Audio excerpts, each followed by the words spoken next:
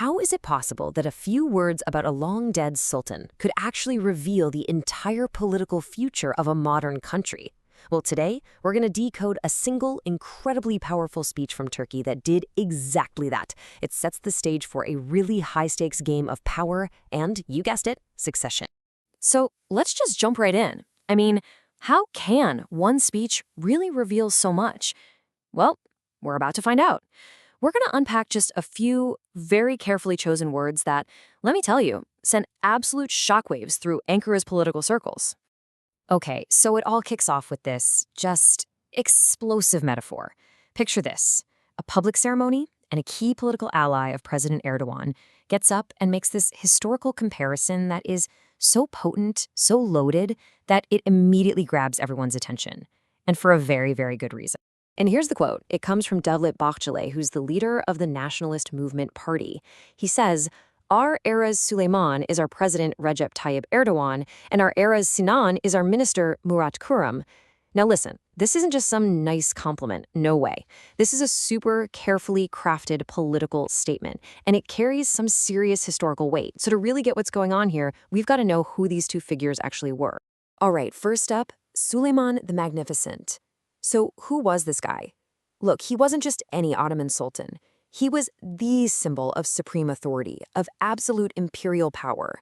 So when you call someone the Süleyman of our era, you're not just saying they're a good leader. You are literally elevating them to this almost mythical status of strength and power. And the second half of that metaphor, just as crucial. Sinan, he was the master architect, the absolute genius who brought all of Sultan Süleyman's grand visions to life.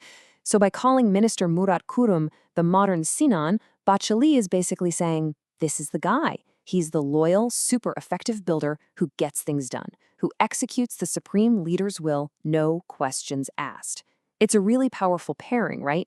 You've got the visionary and you've got the builder. Which, of course, brings us to the big question, why this metaphor? And why right now? I mean, the timing and the place where this speech happened, it's everything. Because this was not your typical political rally. Not by a long shot. See, this speech was given against the backdrop of a huge national tragedy. The whole setting was a ceremony for handing over new homes. Homes that were built after those absolutely devastating earthquakes that hit the country back in 2023. Let's just let this number sink in for a second. More than 50,000 people lost their lives. The scale of the devastation, both human and material, was just immense. And you can bet the government's response has been under a microscope ever since. And this is the government's answer, their counter-narrative, really, all summed up in one big, powerful number, a massive reconstruction effort. This number you're seeing, that's the total count of homes and businesses that have either been delivered or are just about to be. It's a number designed to scream strength and competence right in the face of that disaster. And when you break it down, you're talking hundreds of thousands of new homes, tens of thousands of village houses, and thousands of new workplaces. The sheer scale of this response, that's what Bahçeli was there to celebrate, and more importantly, to defend. So what about all the critics? How did he handle them? Well, he used this classic Turkish idiom. He accused them of trying to cover the sun with mud. What he's saying is that the reconstruction effort is so obviously a good thing, it's like the sun, that anyone who criticizes it is just making a foolish, pointless attempt to deny reality. Okay, but defending the earthquake response was just one piece of the puzzle. The speech had another, crystal clear mission to project this image of absolute, unwavering unity and strength inside the ruling political alliance. And to do that, Bahçeli went back to the basics. He reinforced the core pillars of their shared century of Turkey vision. You know, talking about creating a terror-free Turkey, a terror-free region, calling for national unity. These are the big foundational talking points.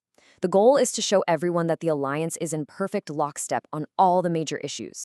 But, and this is where it gets really interesting, in high-stakes politics, right, it's often what you don't say that matters most. And this speech, oh, it had a massive, unspoken subtext, something that everyone in Ankara was thinking about, but no one was saying out loud. So, on the surface, the public message was all about this sweeping endorsement, total unity, everything's great. But behind the scenes, you had these persistent rumors telling a totally different story. whispers of strains between the ruling parties, real unease over who might succeed Erdogan, and even specific chatter about a future role for his son, Bilal Erdogan. And here is the absolute kicker. Bahçeli never once said the word succession, not once. He made zero direct reference to any future leader besides President Erdogan, and by so carefully avoiding the one topic that was on everybody's mind, he actually made it seem even more important. Okay, so let's put all the pieces of this puzzle together. Why does this one speech, with its old-school metaphors and all this unspoken stuff, why does it matter so much? What are the strategic moves we should all be keeping an eye on? Well, it looks like this speech was doing three things at once. First, that whole Süleyman metaphor, that's all about solidifying Erdogan's power, painting him as this indispensable, larger-than-life leader. Second, it's just brilliant PR, right? Publicly shutting down any rumors of cracks in the alliance. And third, and this is the big one for the future, it reinforces this narrative that's all about one central leader. And that kind of narrative makes it a whole lot easier for a chosen successor to eventually be brought into the fold, all without anyone ever having to say their name out loud. So what we've just broken down here is really a masterclass in political messaging. Think about it, a single speech that managed to praise the present, silence rumors, and subtly shape the future, all at the same time. And that leaves us with one final, pretty provocative question to chew on. By anointing a modern-day sultan, what does this moment really signal for the future of power in Turkey?